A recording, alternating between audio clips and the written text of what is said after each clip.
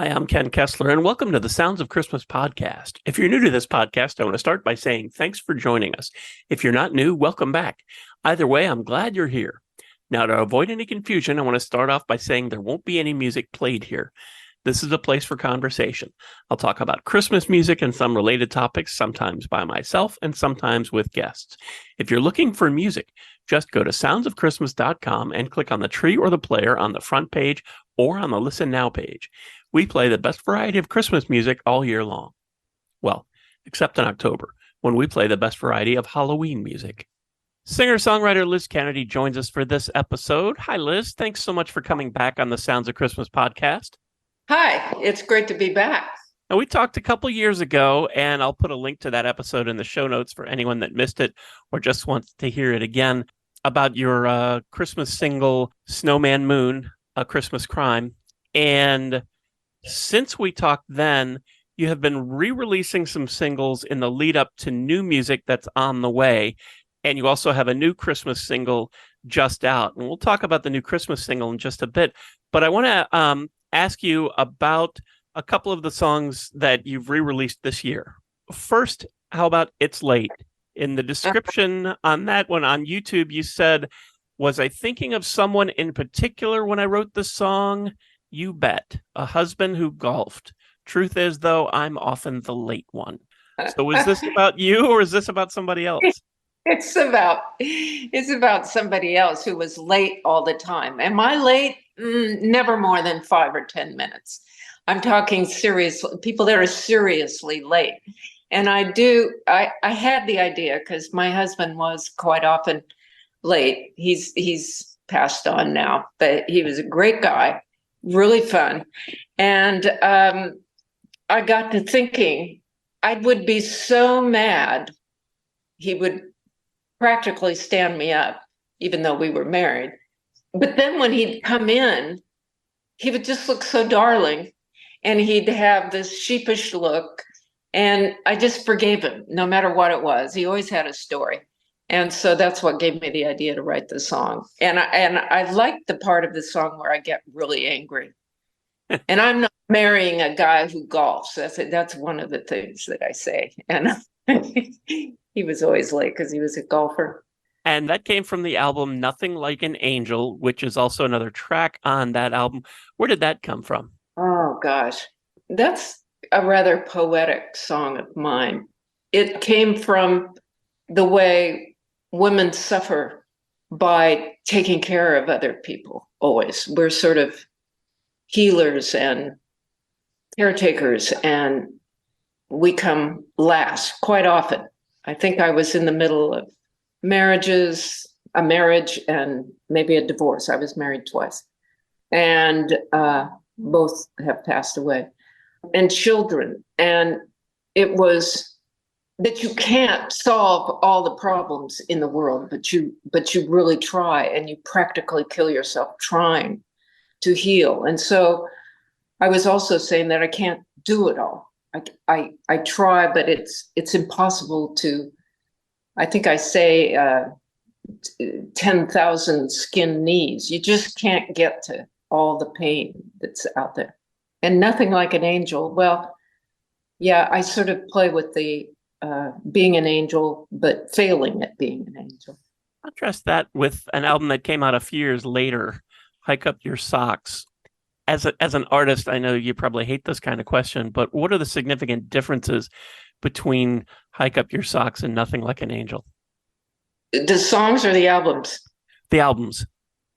I think Hike Up Your Socks, I was trying to be a little rootsier.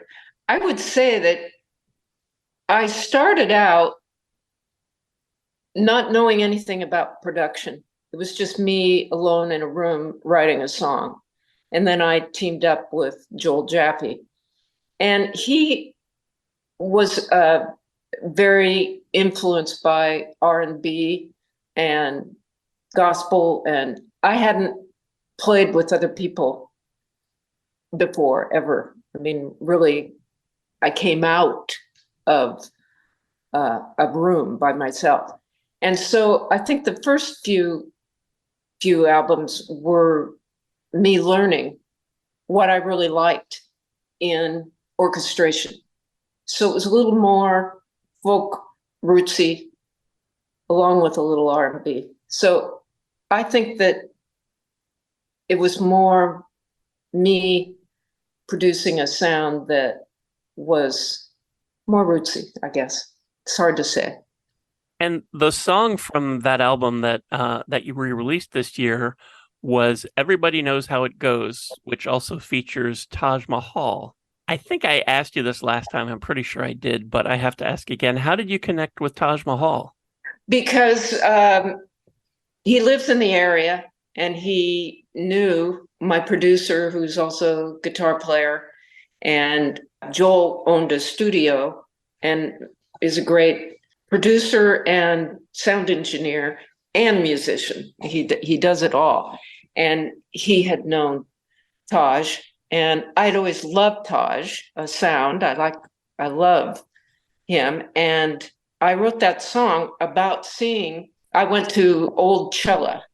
We called it old, people called it. It was the one where all the old people went, and we saw the old people performing.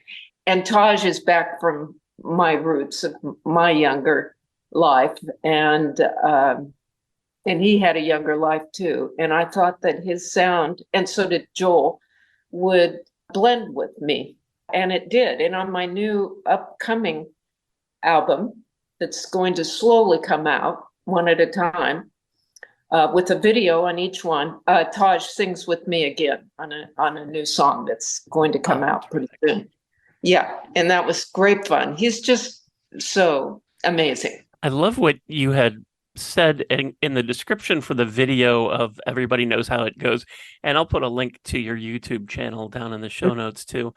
You said music defined us and still does. We would just be lumps of skin and hair in a corner somewhere without that music holding us together, giving us shape and form. And I love that.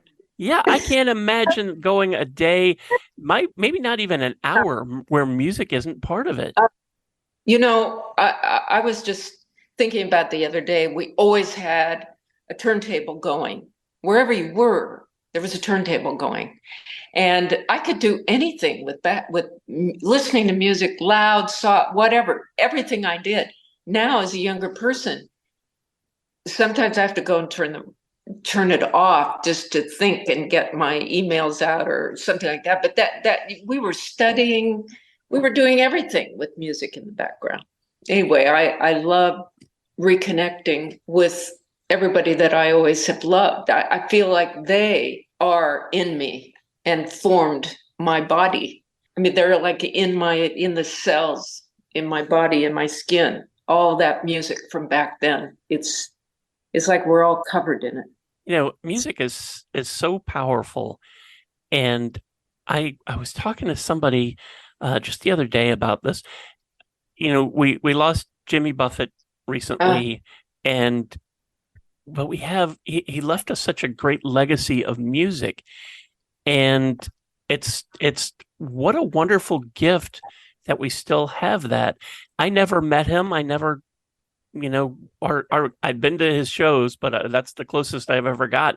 So I didn't know him, but still the music was a part of my life, and I still get to have that even though he's not around anymore. And I just think, what an amazing gift that is to be able to connect. Yeah. You have people writing books that we keep, paintings, mm-hmm. and music. I mean, I guess there's some other things you can leave behind, legacies, like maybe a company that exists through the generations or something like that. But I think most people will say that music is one of the most long-lasting. I know that I realized as I lost my parents, their last memories and ability was to recall a song from their lives. I mean, they lived during the big band era, and they both loved music. And my mother, who kind of lost her brain at some point, still remembered the songs. And I would play something, and she'd say, "Sing it, Frankie," and it was Frank Sinatra. And she never missed that it was, And then she'd look at me and say, "Is he gone?" And I'd say, no, no, he's here. Yeah, I'd just lie. Yeah, and she would just listen to Frankie. But that just was always so telling. I've got a new song that's coming out. It's not in this batch, it's in the next, but just about how those are the last memories to leave, and what some songs will hit you like a knife through the rib cage, and others will make you feel so happy that they'll bring it all back. It's like traumatic stress or something. You can feel it like a bomb. Yeah, my father passed away a few years ago, and he was not big into music, but when I was a kid, I can remember sitting on the front seat of the car with him, listening to the radio while mom was in getting groceries. And I remember this Johnny Cash song, One Piece at a Time, where he told the story of working at one of the big auto manufacturers, where he was stealing a piece of a car because he wanted his own Cadillac. And we just thought it was such a funny song. Oh, And that's great. I heard that, and that's just something makes me think of my dad.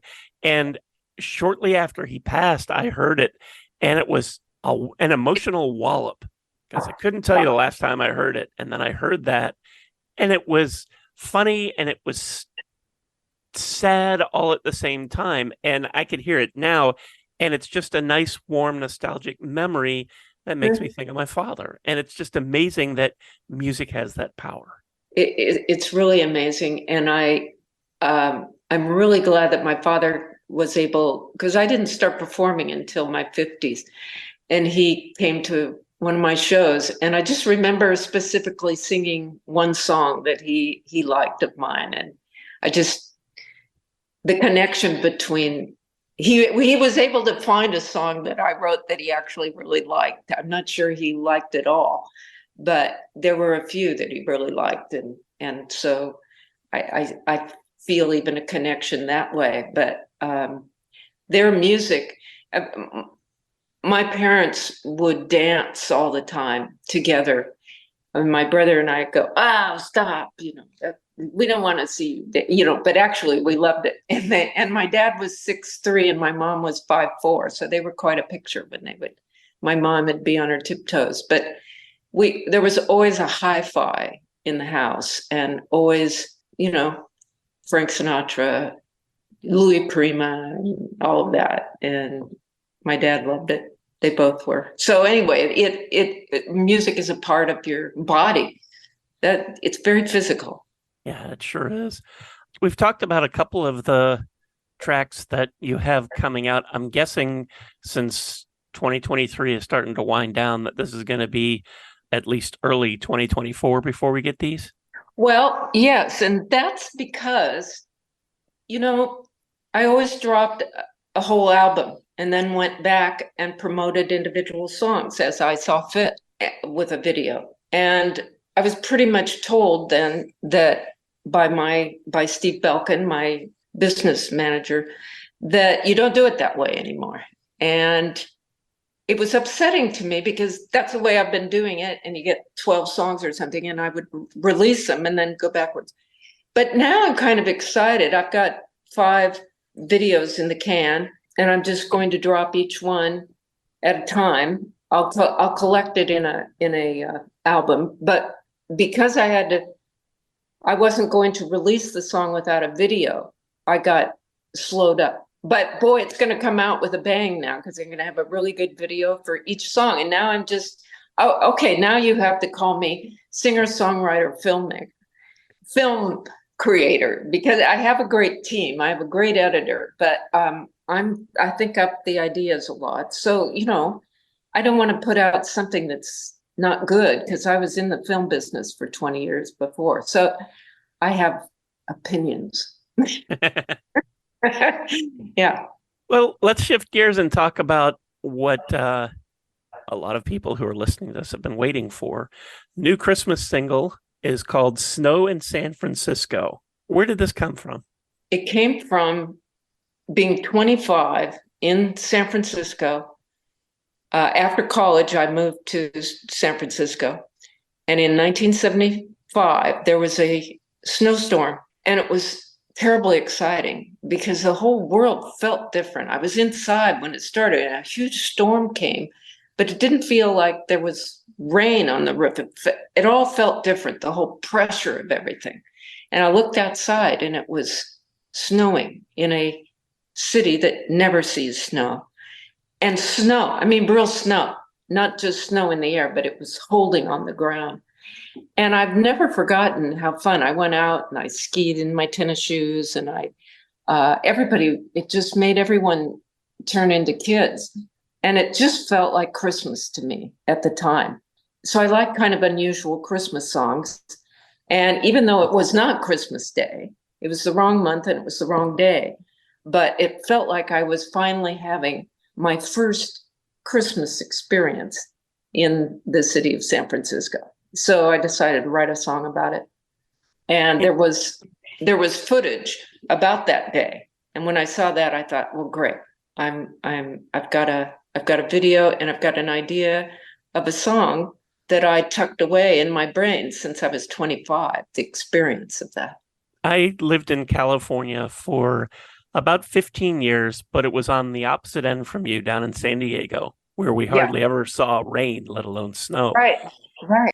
Even though San Francisco is a good 8 or 9 hour drive north from San Diego, I wasn't sure about the weather, so I Googled it. So for anybody who's wondering, it looks like it has only snowed measurably in San Francisco about 10 times in almost 150 years. Yeah.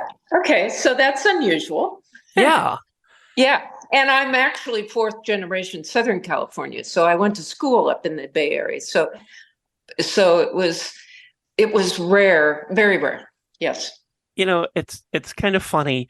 Most of the country doesn't get snow in December. No. Well, in my song, I say, oh, you might almost like some of you people out there are probably smug, and you get snow on just the right day all the time. No big deal. That's sort of what I'm saying. But, couldn't have been as special as my one day. Well, snow at Christmas is such an iconic thing that I think no matter where you live, you have that image that those two things just go together, even if it never snows where you live. Well, I could have written a song. Maybe the next one will be about having Christmas in the desert and just a completely different scenario or something. But yeah. I thought I'd never write a Christmas song because I love Christmas carols. I don't always like jazzy Christmas songs or something, but some of them are like great standards, White Christmas and things like that. And Frank Sinatra doing it, but that's just not my style. But I was encouraged to do a song, and I'll tell you what's fun is that you get to come out with the song year after year, and so that's kind of fun. I was a radio brat for a long time, and I moved around a lot in Washington, D.C., Baltimore, Raleigh, North Carolina, and Cincinnati, and there was only one year when I lived in Cincinnati that it snowed on Christmas Eve. And it wasn't the kind of snow that you were talking about. It was just some flurries and they went away. But there is just something that's just kind of magical about that. I bet you all ran outside to look at. You all ran outside. Yeah, you bet. Wow. It was late at night, but the city was silent. Yes, and that's what I heard too. Yeah. And it's magic. And it does, just like you said, it takes you back to being a kid. Yeah. Well, yeah. You never know what it is that's going to happen that brings out your sense of fun. And boy, do we need that. Yeah. And so it's an excuse where you're suddenly in a community with everyone that's there that's also experiencing the snow or whatever the unusual event is. So it brings you together. So everybody was outside having fun, building snowmen and we weren't able to do that when I was in Cincinnati because none of it stuck. But yeah, I bet you opened your mouth and had it fall in your mouth. You bet I did. Trying to catch a snowflake on my tongue. Absolutely. Right. The new song is Snow in San Francisco. You can check out the video on Liz's YouTube channel, and I will put that down there in the show notes with all the other stuff. It was so nice to catch up with you again. I'm looking forward to sharing the new song as well as Snowman Moon again this year. And I can't wait to hear the new stuff that you have coming for next year. Yeah, I'm very excited about it. I think there's some good songs in that batch. Thank you so Thank much you. for coming on again. Very happy to be here. And thank you so much for listening and for continuing to support the Sounds of Christmas station and podcast. I told you how to listen to the station, and you're already listening to the podcast, so my work here is just about done. All of our episodes are available on the Sounds of Christmas website. Just click the podcast tab for that. We also have a Linktree page so you can find us on your favorite streaming site, and then you can subscribe and you'll never miss another episode. And I'll put the link to the Linktree page down there with all of the other stuff. If you have comments or suggestions on this episode, previous episodes, or the Sounds of Christmas station, feel free to reach out to me on social media or through the website. Thanks again, and may you always believe in Santa Claus.